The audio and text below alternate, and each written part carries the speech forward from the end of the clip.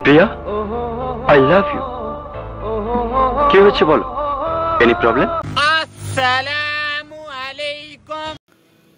High বন্ধুরা, আজকে আমরা কথা বলবো টলিউড কিং সাকিব খানের আসন্ন দুটি সুপারহিট সম্ভাবনাময় সিনেমা নিয়ে, প্রিন্স আর সোলজার।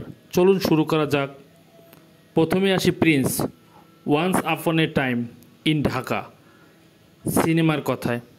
পরিচালক আবু হায়াত মাহমুদ, যিনি এই ছবির মাধ্যমে প্রথমবার বড় পর্দায় আসছেন। এই সিনেমা মুক্তি পাবে ২৬ সালে ঈদুল ফিতরে। গল্প সাজানো হয়েছে ৯০ দশকের ঢাকা শহরকে কেন্দ্র করে, যেখানে থাকবে অপরাধ জগতের উত্তেজনা, রোমান্স, অ্যাকশন, আবেগ আর পারিবারিক নাটকের মিশেল। সবচেয়ে বড় চমক হলো বাজেটের।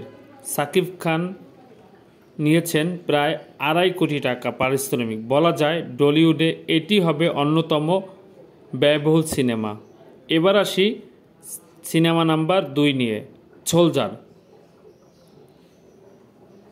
সোলজার পরিচালনা করেছেন সাকিব ফাহাদ।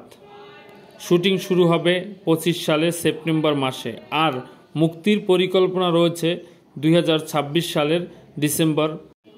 বাংলাদেশ সহ বিদেশের বাজারে এখানে সাকিব খানকে দেখা যাবে একেবারে ভিন্ন রূপে, একজন স্পেশাল ফোর্সের অফিসার ও গোয়েন্দা হিসেবে। গল্পে থাকবে গোপন মিশন, রোমাঞ্চকর অভিযান আর প্রচুর অ্যাকশন। নায়িকা হিসেবে থাকছেন তানজিন তিশা, সঙ্গে থাকবেন আরও কয়েকজন চমকপ্রদ অভিনেত্রী। বন্ধুরা, আপনারা কোনো সিনেমাটি নিয়ে বেশি এক্সাইটেড, প্রিন্স নাকি সোলজার? কমেন্টে জানাবেন ভুলবেন না। ভিডিও ভালো লাগলে লাইক, শেয়ার আর সাবস্ক্রাইব করে আমাদের সাথেই থাকুন। ধন্যবাদ।